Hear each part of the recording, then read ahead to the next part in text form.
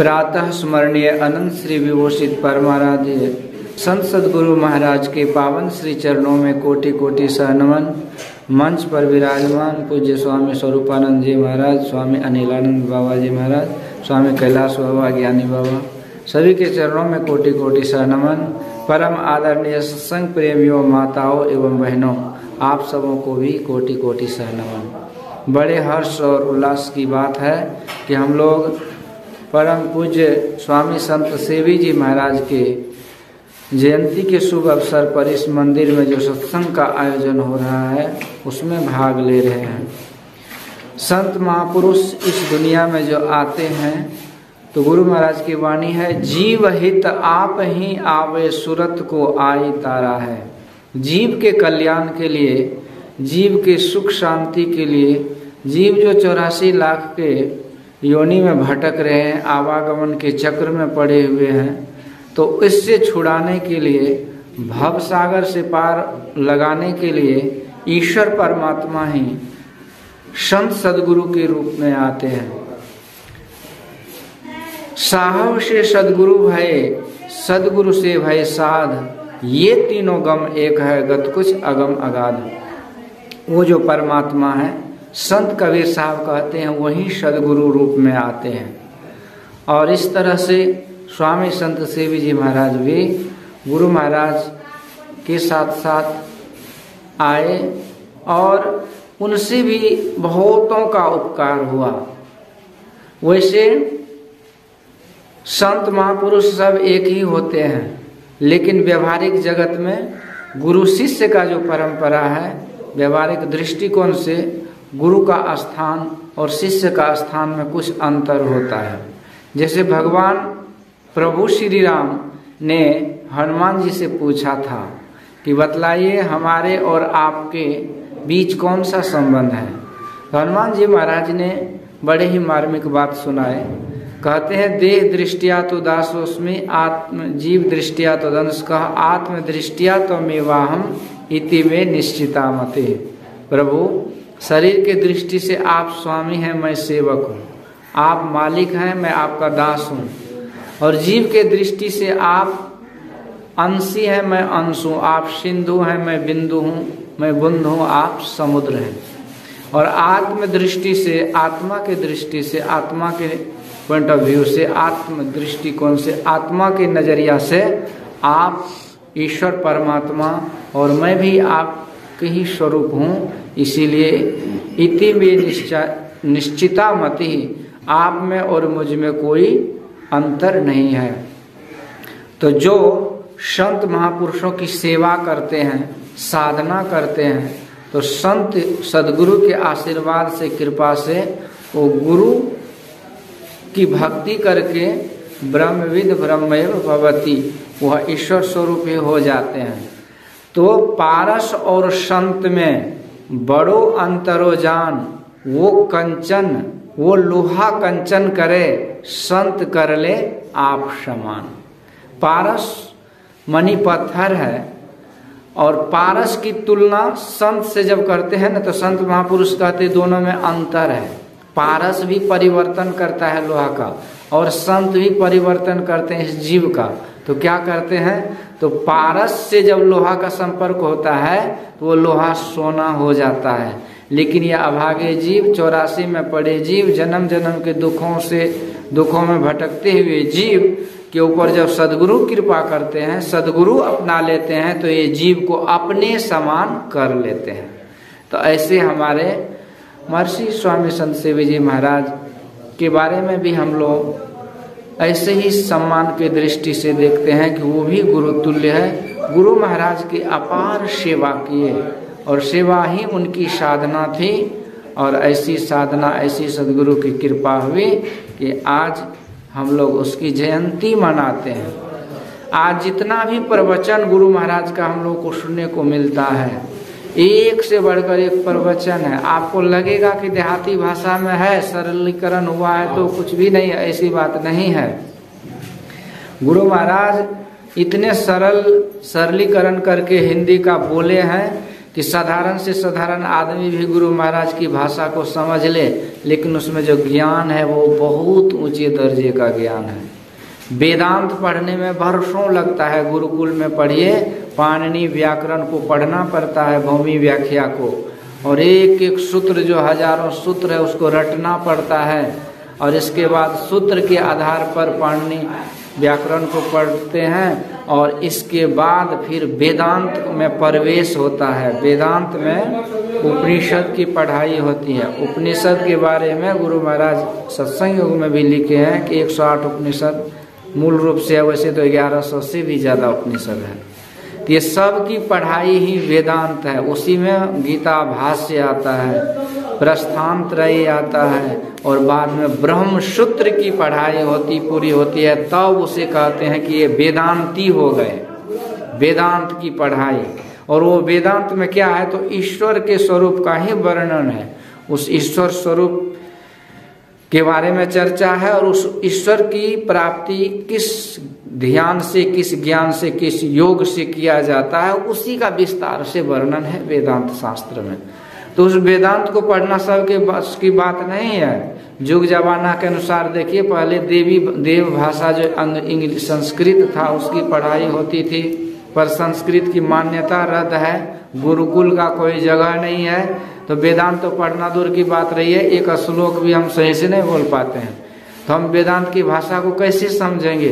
क्योंकि ज्ञान के बिना ध्यान नहीं, और उसके बिना कल्याण नहीं है। परंतु वो ज्ञान जो बड़ा दुर्लभ है, कठिन है, उसको गुरु महाराज ने सरल से सरल भाषा में समझा दिए।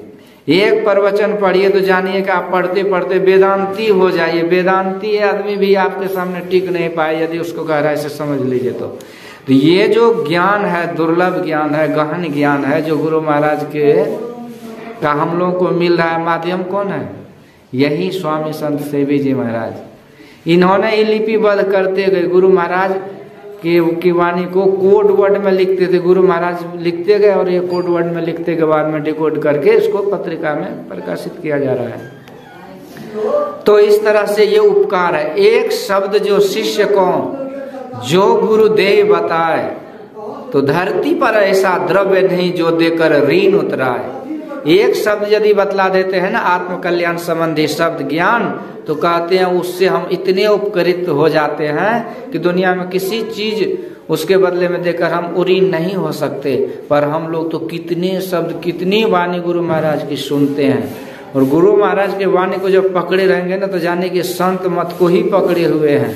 प्रवचन बहुत होता है, बाबा सब की अपनी सोच है, अपनी पढ़ाई, अपना बैकग्राउंड है, उस आधार पर वो व्याख्या करते हैं, लेकिन आधार जब गुरु महाराज के ज्ञान का लिया जाए तब जाने कि हम सही दिशा में जा रहे हैं। तो ये उपकार स्वामी संत सेवी जी महाराज का है। और इसके बाद सत्संग योग भी सुनते हैं कि उन्होंने ही गुरु महाराज के साहित्य को जो प्रकाशित किए ना, मतलब विख्यात किए, हाईलाइट किए, तो इसमें उन्हीं का योगदान है। हर चीज की ब्रांडिंग होती है, बिना ब्रांडिंग का कोई सामान नहीं बिकता है। आप जो है ना, जैसे गांव देहात है तो देसी घी ले जाकर के सुल्तानगंज बाजार में जाकर के बैठ जाइए, दिन भर में 5 किलो घी नहीं बिकेगी, किसी को विश्वास नहीं होगा कि ओरिजिनल घी है। लेकिन वहीं किसी कंपनी को, पतंजलि को या ऐसी कंपनी को दे दीजिए, उस 5 किलो घी में 10 किलो नकली माल मिला करके और उसको मिनट में बेच देगा, क्योंकि उसका प्रचार प्रसार हुआ, इसलिए ग्राहक बढ़ा और इसीलिए उसकी सेलिंग है। तो इसी तरह संत मत मोर, जंगल में मोर नाचे किसने देखा? तो उसी को हाईलाइट किया स्वामी संत जी महाराज ने अपने साहित्य के माध्यम से, अपने सेवा और साधना के माध्यम से। इसीलिए उसका बहुत बहुत उपकार है। तो संत मत में ऐसे वक्ता बहुत कम हैं, ऐसे दार्शनिक वक्ता जैसे स्वामी संत सेवी जी महाराज थे। तो इस तरह से हम लोग उसकी जयंती मना करके अपना भाव भक्ति प्रकट करते हैं। एक बार की बात है, त्रिवेणीगंज सुपौल जिला में पड़ता है। सुपौल जिला में एक प्रखंड है त्रिवेणीगंज, बाजार है बहुत बड़ा। तो वहीं पर गुरु महाराज का प्रोग्राम था। हमारे जो बड़े गुरु महाराज हैं उनका जिला अधिवेशन कार्यक्रम था, और वहीं पर एक हरिद्वार से कोई बाबा महाराज आए थे। उसकी ख्याति बहुत थी, हरिद्वार के थे, नाम था हंस बाबा, लेकिन गुरु महाराज का क्या नाम है? परमहंस जी महाराज।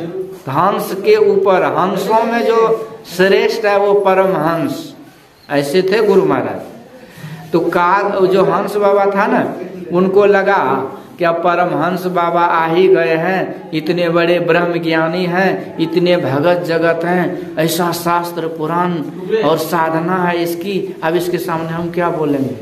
यदि हम थोड़ा बहुत बोलेंगे, कहीं बोर फील हो जाए हमारे भगत जगत में, हमारी ही बेइज्जती होगी, हमारी ही प्रतिष्ठा कम होगी।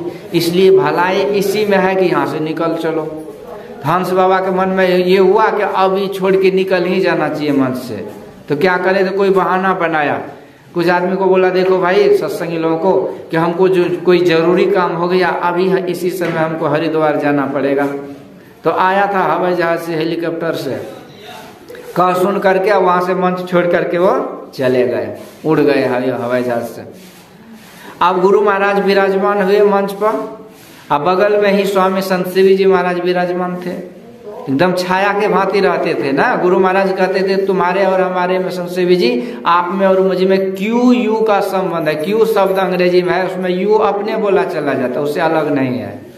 तो उसी तरह गुरु महाराज मौज में आकर के हुजूर का नाम ही संत सेवी दिए, यानी कि सेवा संत का किए, इसलिए नाम पड़ गया गुरु महाराज का नाम। और इसके बाद गुरु महाराज कहते थे कि आप मेरे मस्तिष्क स्वरूप है, मतलब मेरे दिमाग में जो आता है आप उसे बोल देते हैं। जैसे रामकृष्ण परमहंस जी महाराज पढ़े लिखे नहीं थे, हाँ, लेकिन उनके मस्तिष्क स्वरूप हुए स्वामी विवेकानंद जी महाराज, पूरी दुनिया में वेदांत का ज्ञान फैला दिए। आज स्वामी रामकृष्ण परमहंस जी महाराज को जानते हैं तो उसको नाम फैलाने वाले स्वामी विवेकानंद जी महाराज ऐसे थे। तो गुरु महाराज मंच पर बैठे और उसी समय क्या होता है कि वो काग बाबा तो उड़ चले। अब मैं का आया स्वामी संत शिवी जी महाराज के पास, तो दिमाग देखिए कितना ज्ञान का भंडार है।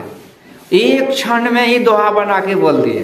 क्या बोलते हैं कि काग आया हंस बनकर त्रिवेणीगंज बाजार, और नाम सुना परमहंस का तो उड़ चला हरिद्वार। श्री सदगुरु। तो परमहंस का नाम सुन के हरिद्वार उड़ चले। तो ऐसे गुरु महाराज के ज्ञान को उजागर किए, हम तक दिए, हम लोगों को आज उससे लाभ मिल रहा है। दुनिया में देखिए कितना पूजा पाठ की पद्धति, हमारे सनातन धर्म में बहुत तरह से लोग पूजा पाठ करते हैं। एक एक जो बाबा सब आते हैं ना, कहते भोरे स्नान करो तभी भींगे कपड़े से भगवान को आरती दिखाओ तब भगवान खुश होंगे। अब ये ठंडी का महीना है, भिंगल का कपड़ा चारों तरफ से कनकनी लगती है, हड्डी गली में हड्डी पसली एक हो जाता है, और कितने को ठंडी से कटवा जाते हैं। पूजा क्या करेंगे, हॉस्पिटल में पड़े रहते हैं। इसीलिए गुरु महाराज कहते प्रातः स्नान उपवास आदि काय क्लेशांश वर्जयेत, कहते हैं जिससे शरीर में कष्ट हो, यदि शरीर स्नान करने से कष्ट हो रहा हो तो सुबह में मत कीजिए, उपवास रहने से कष्ट होता हो तो उपवास मत कीजिए, कम खा करके गम खा करके साधन भजन कीजिए। तो सरल सरल जग में प्रचारी, ये साधना जो है वेद शास्त्र पुराण का जो सार ज्ञान संतों का ज्ञान है, उसको एकत्रित करके सब सिद्धांत को समेट करके जो ये दिव्य ज्ञान हम लोगों को मिला है, तो इसमें गुरु महाराज की असीम कृपा तो है ही, लेकिन स्वामी संत शिवी जी महाराज की भी बड़ी दया है, बड़ी अनुकंपा है। इसलिए हम लोग उनसे उपकृत हैं। तो ऐसे महापुरुष जो आते हैं वो जन्म लेकर के नहीं आते हैं, वो प्रकट होकर के आते हैं, अवतार होता है उसका। वो उतर कर जीव के कल्याण के लिए यहाँ हम लोगों को उबारने के लिए आते हैं। तो ऐसे स्वामी संत शिवी जी महाराज के श्री चरणों में मैं सत सत नमन करते हुए श्रद्धा सुमन समर्पित करता हूँ। बोलिए श्री सद्गुरु महाराज की जय।